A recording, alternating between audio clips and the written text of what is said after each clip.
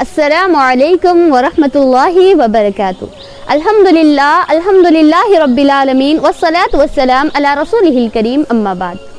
ناظرین حضرات، آج کے اس انجمن میں جس موضوع کے تحت لب کشائی کرنا چاہتی ہوں وہ یہ ہے کہ سیرت نبوی صلی اللہ علیہ وسلم کا پیغام دنیائے انسانیت کے نام. ناظرین، میرا یہ عنوان نہیں کہ پیارے نبی صلی اللہ علیہ وسلم کی سیرت ہم انسانوں کو کیا پیغام دیتی ہے، ہم مسلمانوں کو کیا پیغام دیتی ہے، بلکہ میرا عنوان یہ ہے کہ بالعموم ساری انسانیت کے لیے موجودہ حالات میں، موجودہ ماحول میں سیرت رسول کا پیغام کیا ہے، دنیا کی ہر تہذیب کے لیے، دنیا کے ہر ملک کے لیے، دنیا کی ہر قوم کے لیے. ناظرین، پیارے نبی صلی اللہ علیہ وسلم کی حیات طیبہ ہم انسانوں کو کیا پیغام دیتی ہے؟ پیارے نبی صلی اللہ علیہ وسلم کی حیات طیبہ ہم انسانوں کو یہ پیغام دیتی ہے کہ تم سب کا مالک ایک ہے، تم سب کا خالق ایک ہے، تم سب کا مدبر ایک ہے. آپ صلی اللہ علیہ وسلم کی حیات طیبہ نے ہم دنیائے انسانیت کو یہ پیغام دیتی ہے کہ وحدت رب اور وحدت اب کا پیغام دیتی ہے. لہٰذا ہمارا مالک ایک ہے، ہمارا خالق ایک ہے، عبادت بھی صرف اور صرف اسی کی ہونی چاہیے. پیارے نبی صلی اللہ علیہ وسلم نے اپنی زندگی کی 13 قیمتی سال صرف اور صرف اس لیے وقف کیا.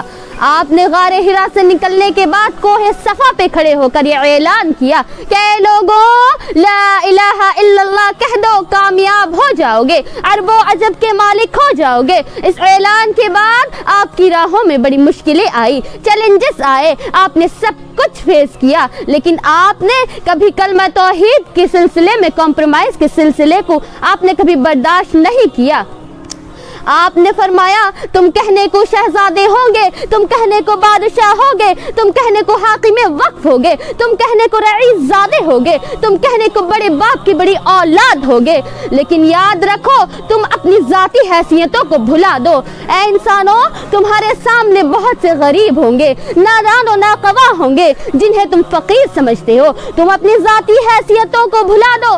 اے انسانوں، تمہاری حقیقت تو یہ ہے کہ کیا امیر، کیا غریب، کیا فقیر، کیا رقبہ، کیا حاکم، کیا محکوم، کیا گورا، کیا کالا، کیا خود شکل، کیا بد شکل، تم سب کے سب ایک ماں باپ کے اولاد ہو.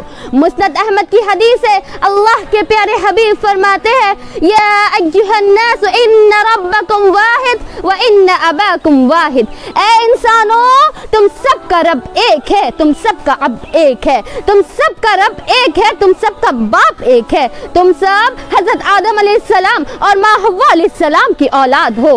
کسی عجمی کو عربی پر فضیلت حاصل نہیں ہے، کسی عربی کو عجمی پر فوقیت حاصل نہیں ہے، کسی کالے کو کسی گورے پر فضیلت حاصل نہیں ہے، کسی گورے کو کسی کالے پر فوقیت حاصل نہیں ہے.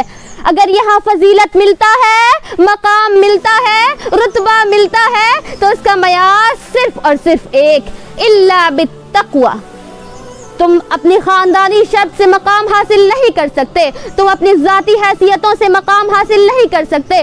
اللہ کے یہاں مقام و مرتبہ چاہتے ہو تو الا بالتقوی، تقوی ہی وہ واحد ذریعہ ہے جس سے تم اللہ کی نظروں میں مقبول و محترم ہو سکتے ہو.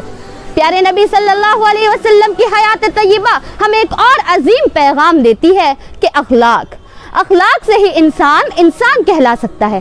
جس کے اندر اخلاق نہ ہو، کیریکٹر نہ ہو، اسے انسان کہنا انسانیت کی توہین ہے.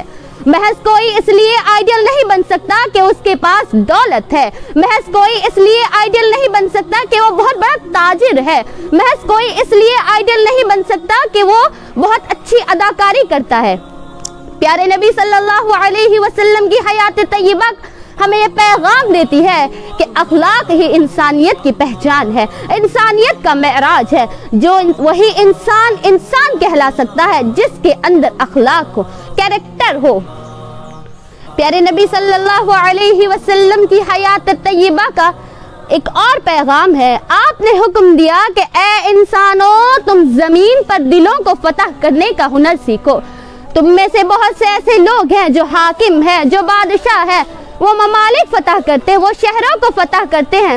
آپ نے یہ پیغام دیا کہ دلوں کو فتح کرو. دلوں کی فتح ہی دنیا کی سب سے بڑی فتح ہے.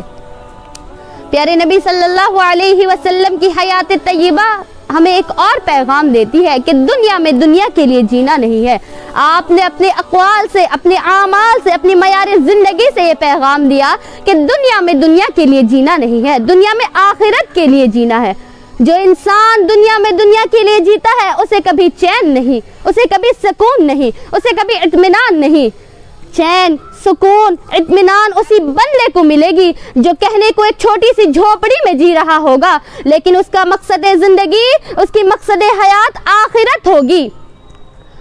اس کی آخر میں اللہ رب العالمین سے دعا ہے کہ اللہ رب العالمین ہمیں اس بندے میں شامل کرے جس سے اللہ رب العالمین حشر کے میدان میں سلوک کرے گا، کہ وہ حشر کے میدان میں کھڑا ہوا ہوگا، اللہ رب العالمین اس سے سوال کرے گا، اے بندے تو نے فلاں گناہ کیا ہے۔ وہ بندہ اقرار کرے گا، ہاں اللہ میں نے یہ گناہ کیا ہے، لیکن اے اللہ میں نے کبھی تیرے ساتھ کسی کو شریک نہیں کیا، کبھی کسی کو مشکل کشا نہیں بنایا، میں نے کسی غیروں کے سامنے سجدے نہیں کیے، گناہوں کے تو انبار ہیں، لیکن اے اللہ توحید اپنے دلوں پر اتنی مضبوط ہے کہ میں نے تیرے علاوہ کسی کے سامنے سجدہ نہیں کیا۔ علینا الا البلاغ المبین، والسلام علیکم ورحمۃ اللہ وبرکاتہ۔